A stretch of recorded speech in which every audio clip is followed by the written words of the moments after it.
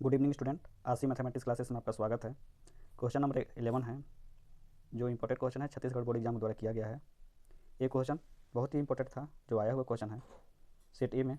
सिद्ध कीजिए कि किसी त्रिभुज की एक भुजा के समांतर बाकी दो भुजाओं को भिन्न भिन्न बिंदु पर प्रतिच्छेद करती हुई एक रेखा खींची जाए तो यह रेखा उन दोनों भुजाओं को एक ही अनुपात में विभाजित करती है।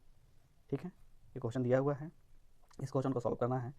सबसे पहले हमको क्या करना है कि कथन में जब हम लोग लिखेंगे, ठीक है, तो किसी से लेकर के यहाँ तक लिखना है। ठीक है, किसी त्रिभुज की एक भुजा के समांतर बाकी दो भुजाओं को भिन्न भिन्न बिंदु पर प्रतिच्छेद करती हुई एक रेखा खींची जाए तो यह रेखा उन दोनों भुजाओं को एक ही अनुपात में विभाजित करती है। ठीक है, सबसे पहले हम लोग त्रिभुज बना दिए।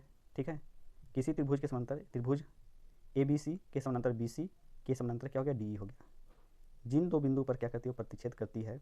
ठीक है, BC भुजा पे यहाँ पर ध्यान दीजिए, BE और DC प्रतिच्छेद किया, NE और DM प्रतिच्छेद किया, तो जिन दो बिंदु पर क्या करती है, प्रतिच्छेद करती है, उन दोनों भुजा क्या होती है, समान अनुपात में विभक्त करते हैं।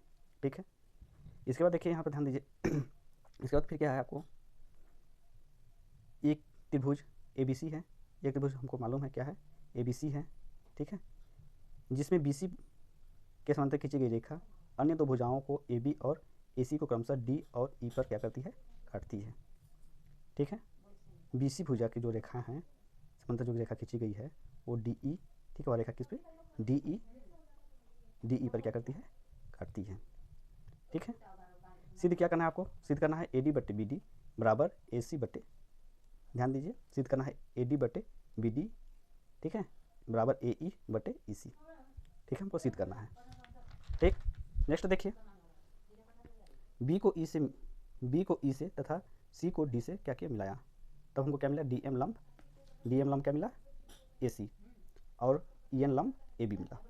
ठीक है, यहाँ पर ध्यान दीजिए, ये जब हम लोग मिलाए हैं B को E से, ठीक है, और C को D से, ठीक है, तो जब मिला दिए हम लोग, तो AD भुजा पर NE लंब हो गया, ठीक, और BD भुजा पे भी EN लंब हो गया।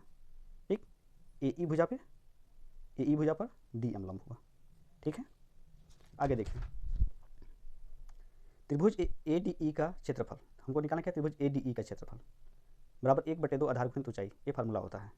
ठीक है, बराबर 1/2 AD इंटू EN। ठीक है, यहाँ पर ध्यान दीजिए, ये जो क्वेश्चन है हमारा, ठीक है, त्रिभुज ADE में हम लोग निकाल रहे हैं। ठीक है, त्रिभुज AD में AD क्या हो जाएगा, हमारा एक भुजा हो जाएगा, जो EN क्या हो जाएगा, लंब हो जाएगा। ठीक है, फार्मूला हम लोग लगा दिए।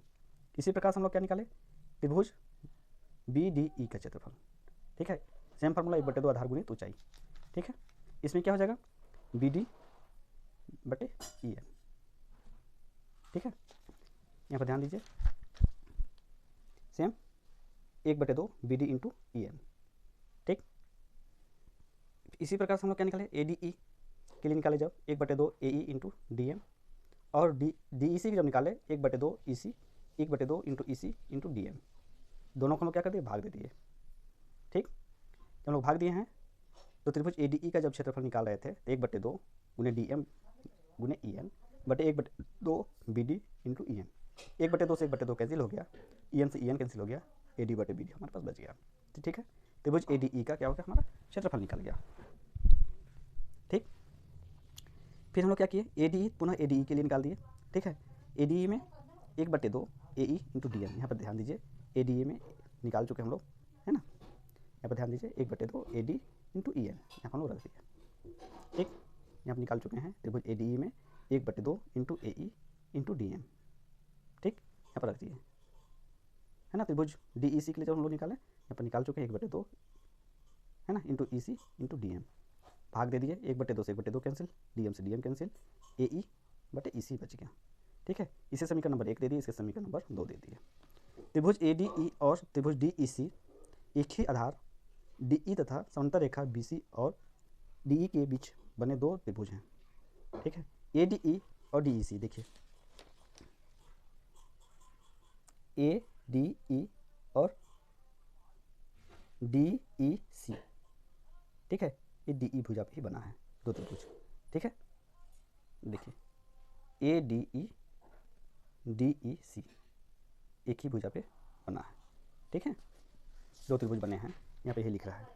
कि दो त्रिभुज बने हैं, ठीक, बीच बने दो त्रिभुज हैं, इसलिए हम लोग क्या किए, अब ध्यान दीजिए दोबारा, अतः ए डी ई बराबर त्रिभुज डी ई सी बराबर हो गया, इसलिए समीकरण नंबर 1, 2 और 3 से जब लिए तो ए डी बटे बी डी बराबर ए ई बटे ई सी, यही हमें क्या करना था, सिद्ध करना था। ठीक, धन्यवाद।